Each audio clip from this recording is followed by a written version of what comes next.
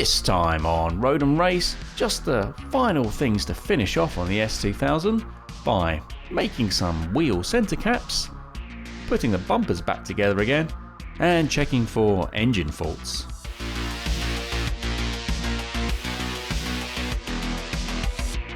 Hello, I'm Neil and welcome to another episode of Road and Race. This should be the penultimate episode on the S2000. I've just got all the little bits and bobs left to do. You've seen in the intro what's coming up, so I won't go into it again. You may notice the car's not in the garage. That's because the battery's flat. The battery's always been flat and I've been jump starting it in and out for months and months and months and I'm fed up of it. So we've got a new battery, let's go fit it.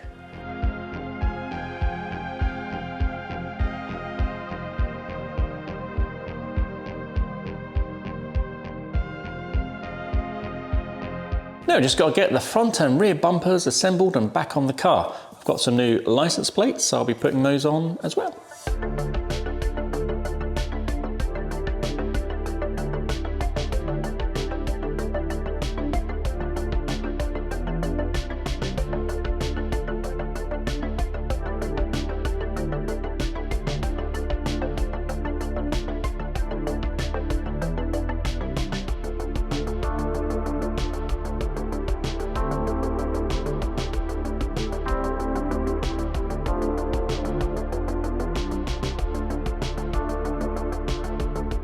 Now it's time to attach the rear license plate holder back onto the bumper. Now the Honda way of doing it is to use 3 metal brackets, and as you can see the ones on the car have just corroded away and rotted away to nothing. To get these 3 parts on a Honda is £106 if they can get them to you, because I've been waiting for this weather seal for the car for about 5 weeks and it hasn't come, so getting hold of these parts would probably be just as difficult. Anyway, I'm not paying £106 for some brackets. What I wanted to do was use a kind of adhesive like Tiger Seal, something like that, and glue the panel back into the bumper. The problem is it doesn't overlap at the sides or the rear, so you can't bond it together because they don't butt up. So, doing a bit more research, some digging on forums, apparently aluminium tape is strong enough and will hold it in place, plus it only costs £10 a roll. So let's give that a try.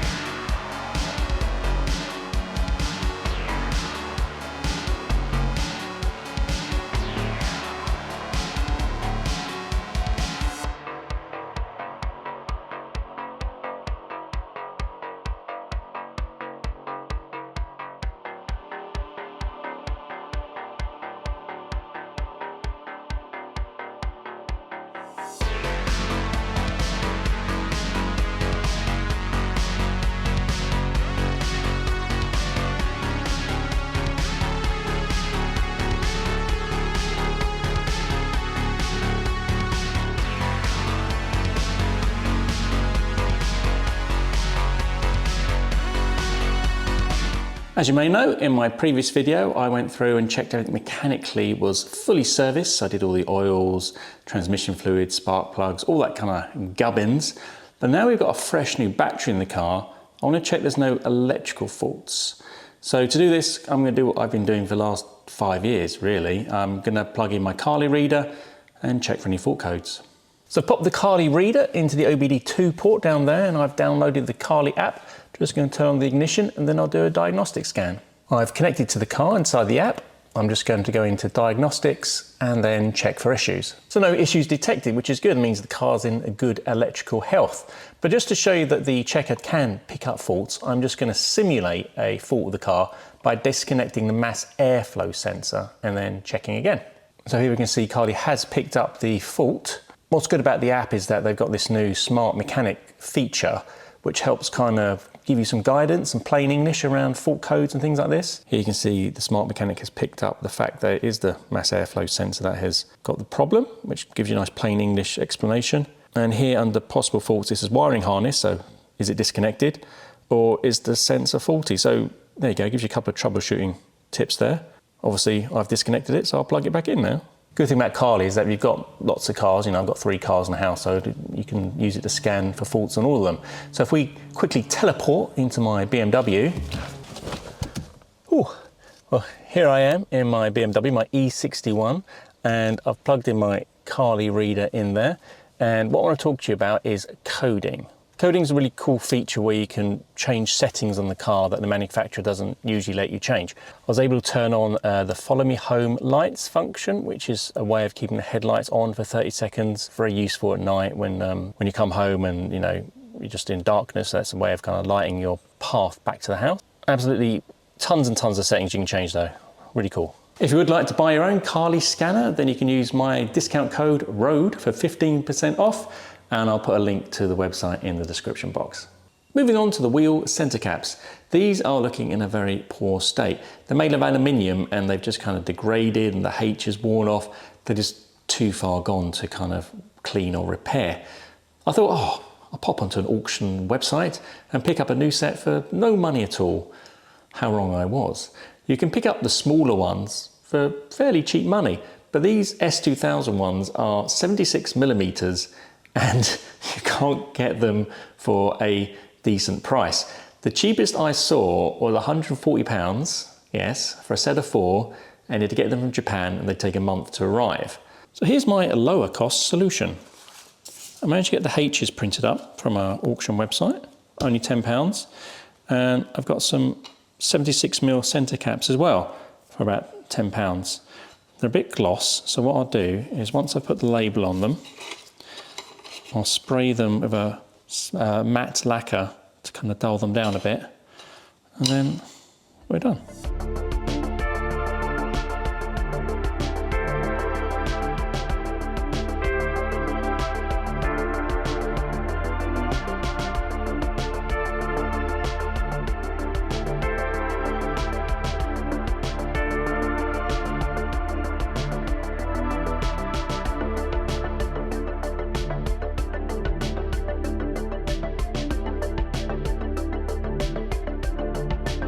The next issue to resolve is that the door creaks when you open and close it. Listen. Apparently the fix is quite easy. You just need to tighten the strap there and the door hinge. So we'll give that a go. Let's see if that's fixed it.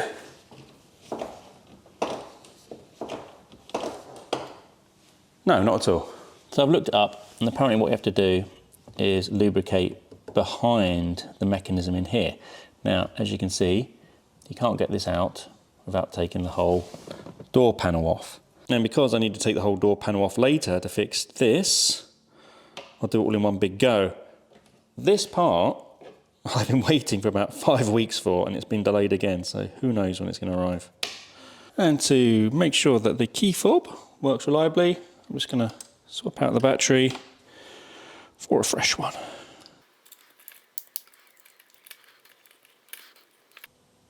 Feels nice to have the last little bits all finished, and now the car's back on its wheels, ready for the final things. Bit frustrating that the old weather seal still hasn't come after 6 weeks. It's kind of really holding things up, but gotta press on. In the next video, I'll be restoring the colour to the leather, so the seats and the steering wheel, we'll be redying those, and then it's a full interior clean and exterior clean, and we should be nearly done. Yay! That's it for this week, and as always, thanks for watching.